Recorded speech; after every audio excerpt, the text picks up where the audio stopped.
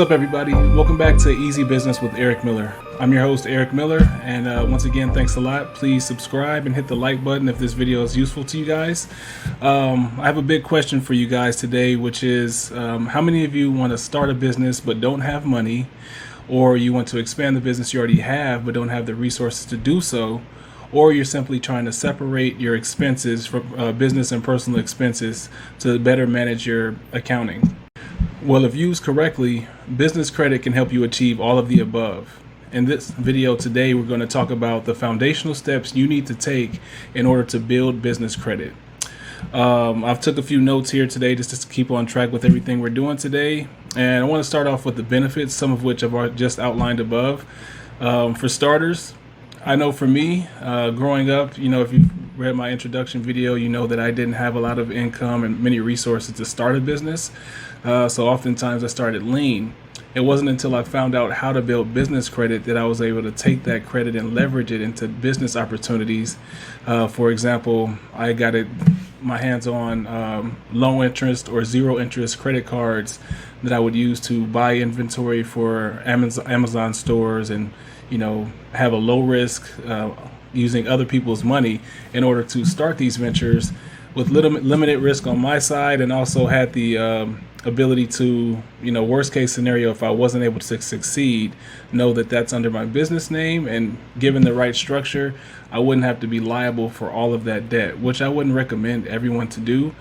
But it's a big benefit to have that weight lifted off, and sometimes you just need that extra push and knowledge that you're secure in spending the money you need to grow or start a business. So that's one of the big things. Another thing is separating your personal and your business expenses. If you have a business, you don't want to commingle your money, your business funds, with your checking account, your primary checking account. It can be really confusing when you're buying inventory, when you're paying bills, when you're having money coming in and going out.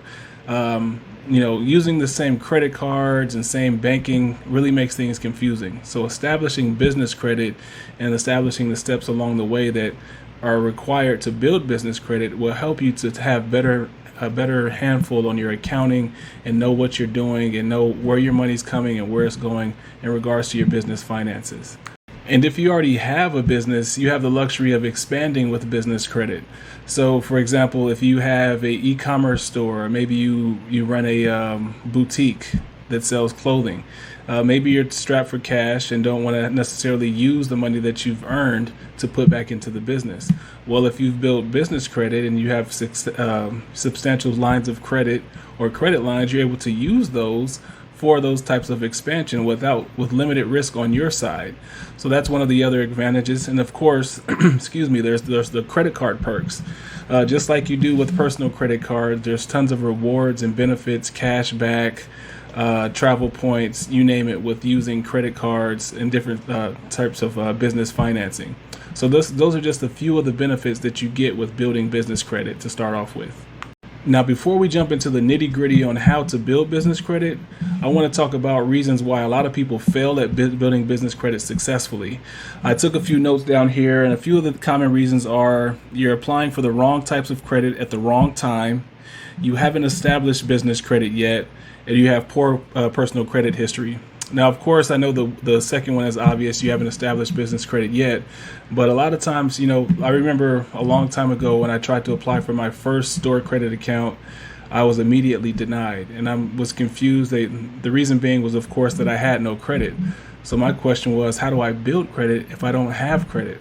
Well, there's actually a secret behind how to do that successfully and avoid or limit your disapprovals or denials when you're applying for credit, and I'll talk about that later in this video. Another reason is you're applying for the wrong credit types, like I mentioned. So I was applying for a store credit card. Well, that was in the advanced stage of the business credit building process. I wasn't there yet. So because I wasn't there yet and taking that step, jumping from other steps, I was denied. We're going to once again cover the steps you need to take up front to make sure that you limit your denials and give yourself a better chance for approval. And lastly, poor credit score.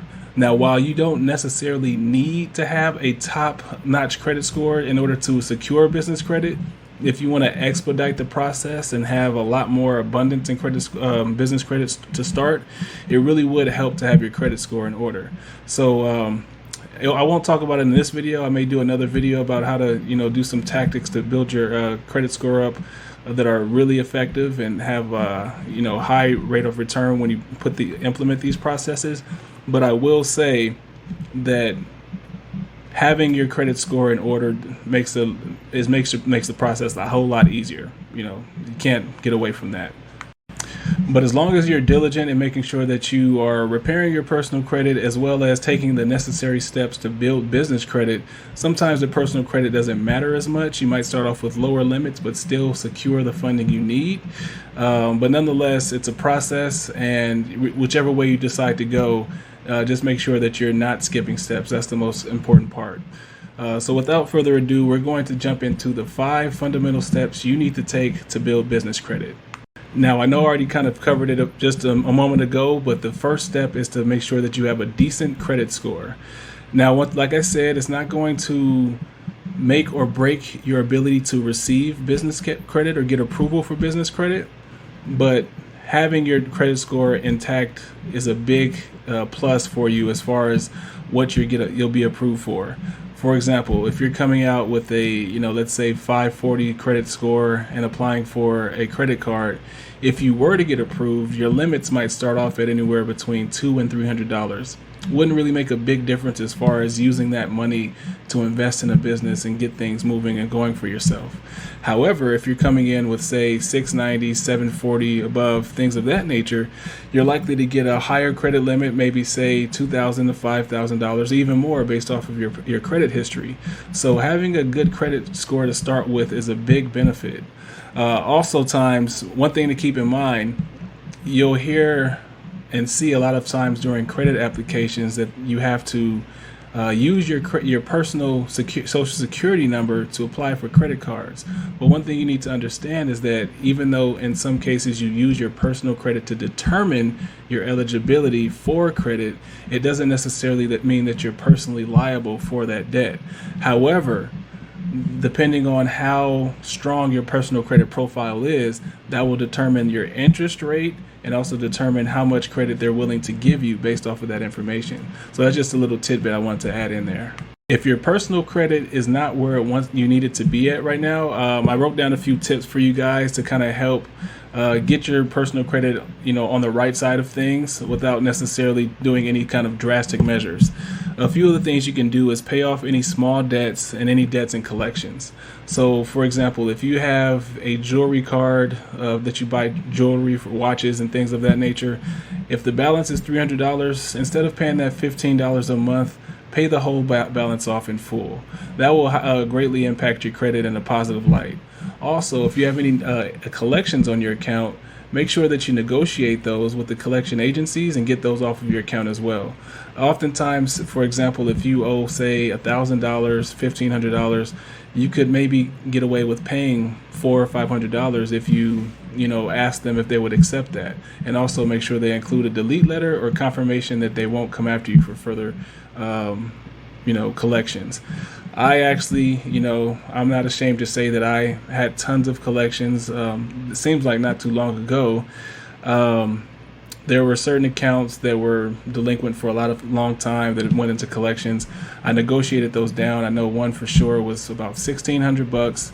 I negotiated down to $700, got that cleared off of my report, and as a result, my credit score went up. So these are just a couple things you can do to see those initial impacts. Also, there's, of course, as you might know, lower your credit card utilization rate. So if you're making purchases every day and just, maxing out your credit card, constantly swiping, that's fine if you're going to pay your balance off in full every time. But if you're not going to pay off your balance in full every time, try to keep your utilization under 30%. And if you can even afford to do less, that would be great. But a high utilization rate will negatively impact your chances of getting approval and also lower the likelihood of you getting a higher limit when you do apply for business credit cards. Another important thing you want to do is dispute any negative marks on your credit report that don't need to be there or you think are inaccurate, excuse me, or may have been paid off already. A lot of times, even if you don't necessarily, if they are legitimate, you can kind of dispute them, and sometimes they may or may not fall off.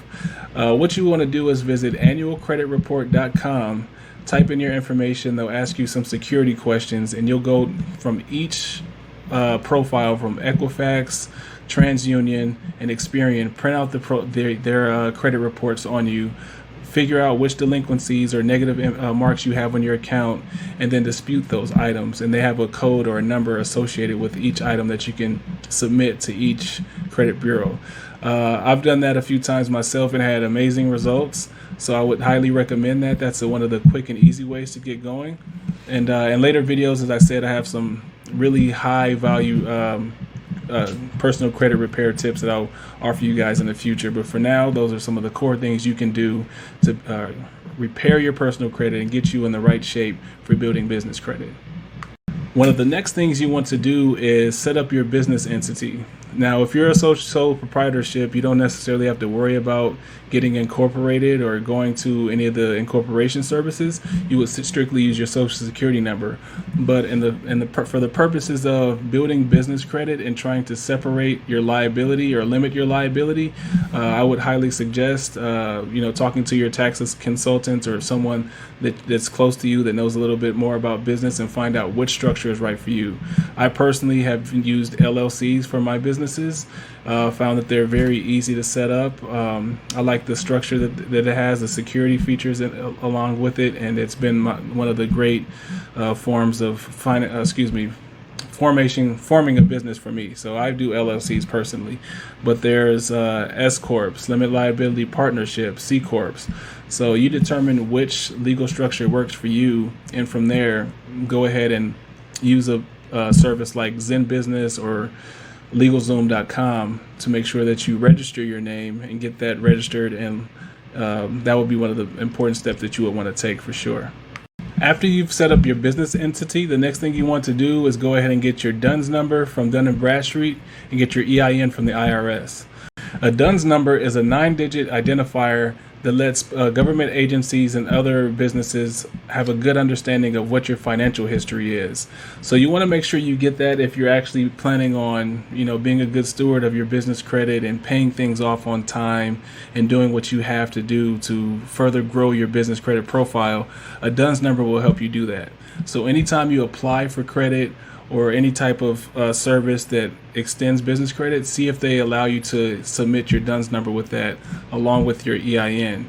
Your EIN is the employer identification number, which is basically your social security number for your business, and is used for tax purposes as well as determining whether factors of not whether they're going to extend business credit or not for you. So coupled with those two things, you're ready to move into the next steps, which would be applying for business credit from different avenues. Now, sure, a lot of people might get excited and get ready to say, okay, I'm going to start applying for credit cards, opening up loans, and things of that nature. But before you do that, there's a couple of other things you might want to do first before you start applying for credit.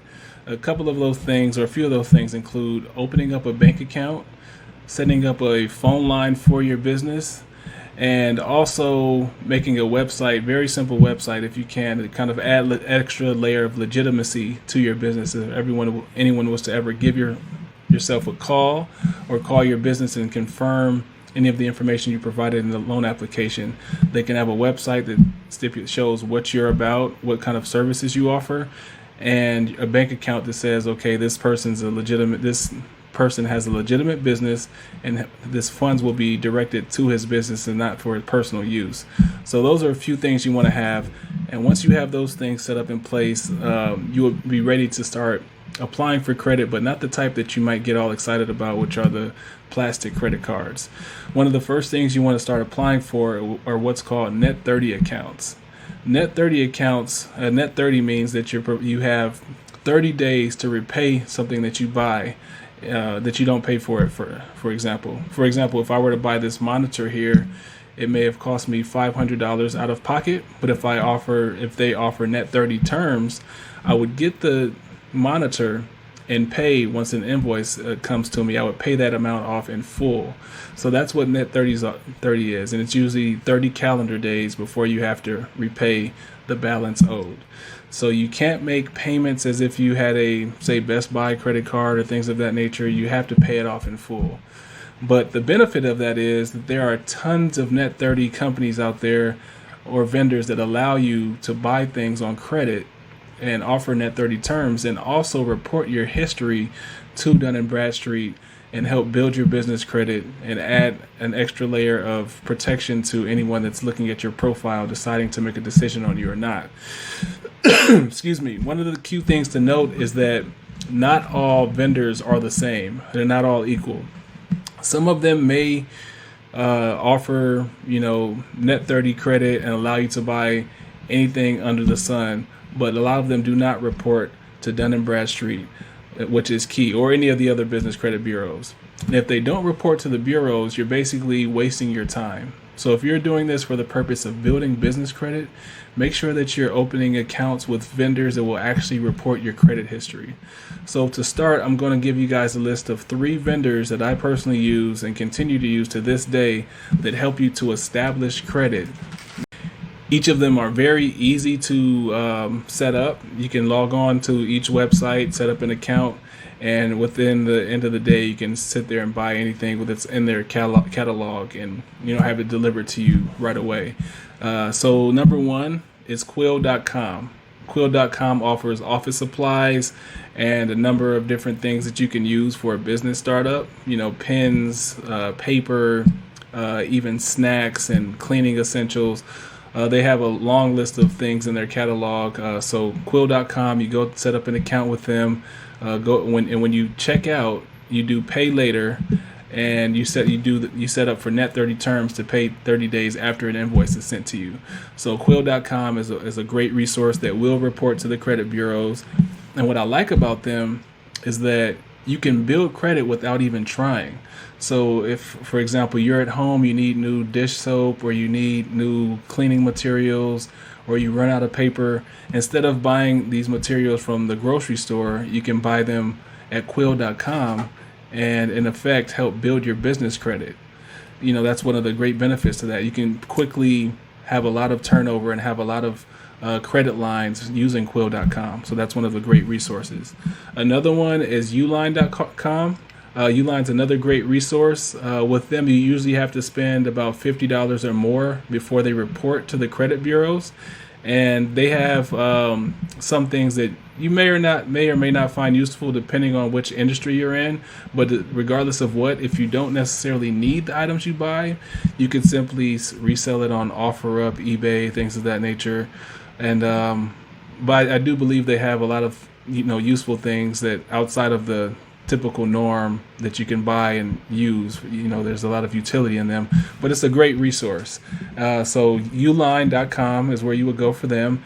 Set up an account just like you will with Quill, and instead of paying with a credit card, you do net 30 terms and pay once you receive your invoices. Another vendor that I like is Gimplers.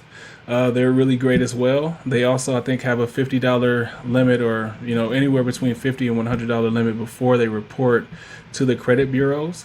But they're another reputable company that's been doing this for years. Easy to apply, a long list of inventory, and they will help you to establish credit. So one thing about this, the vendor accounts, is that you don't necessarily have to stagger them. You can open as many as you want, even though I would recommend starting with 3 or 4 at a time, establishing relationships with these companies, buying inventory, paying them off once you receive the invoice, and getting your business credit built that way. I usually, if you're doing it without trying to get your personal credit involved, you might want to do this for a few months maybe, and try to have decent purchase sizes. Now granted, some of these companies might not let you buy a laptop that cost $1,000 on your initial purchase, but you could probably spend a good $100, $200 at a time, on equipment and merchandise, and they'll extend that to you, no problem. So as long as you have decent purchase prices and you have consistent credit lines, every time you make a purchase and pay it off, that's a credit line that shows up on your profile. you'll be putting yourself in a great position to build business credit. So I would say get started with that right away, and then as you start to grow, add different vendors to your account and have all those credit lines help in your favor. The fifth fundamental step in building business credit is to apply for entry-level business credit cards and fleet cards. Fleet cards are basically gas cards that you use for your business. So there's a ton of different ones from Flex Cards, USA, Wix, Shell, Chevron. Each of them have a fleet card application process.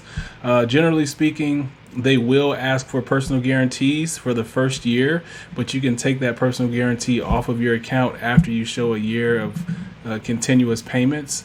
And if you don't want to do a personal guarantee, they might ask you to deposit funds that they put on hold in escrow until you can show consistency in paying your payments off on time. So those are the two options that you have there. They're getting a little bit more stringent with their requirements that I've noticed, but if you have a decent credit score to start, you won't have to worry about any of those issues. Another thing that you might want to look into is a Capital One Business Spark card.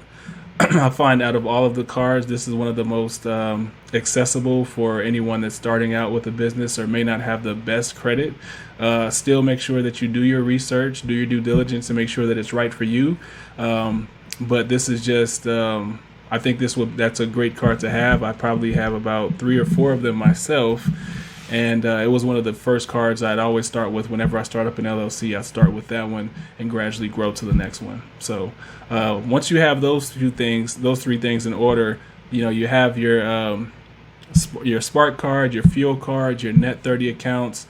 You start to nurture these things. That's one of the things you want to do after that, is making sure that you properly manage your credit. So with the vendor accounts, make sure that you're not overextending yourself. Make sure when that invoice comes in, you're paying it within the first 3 or 4 days. You don't want to wait until 30 days before it's due, the 30th day when it's due, to make your payments. Pay early, pay on time, and as well as with your credit cards, keep your credit ratios low, your utilization ratios low, and if anything, buy things and pay them all off at one time. When you're doing that, this will help you, benefit you in the long run and get you a lot of credit down the line. From there, you can go ahead and start applying for business loans, and if you actually have a business that's funneling business and having income coming in generated, you could use those returns or those invoices and receipts to apply for larger sums of credit lines and business loans that will help you further grow your business. These are a few things that I've done from the start to finish, and I continue to do as I either start a new LLC or manage the ones that I already have to build business credit.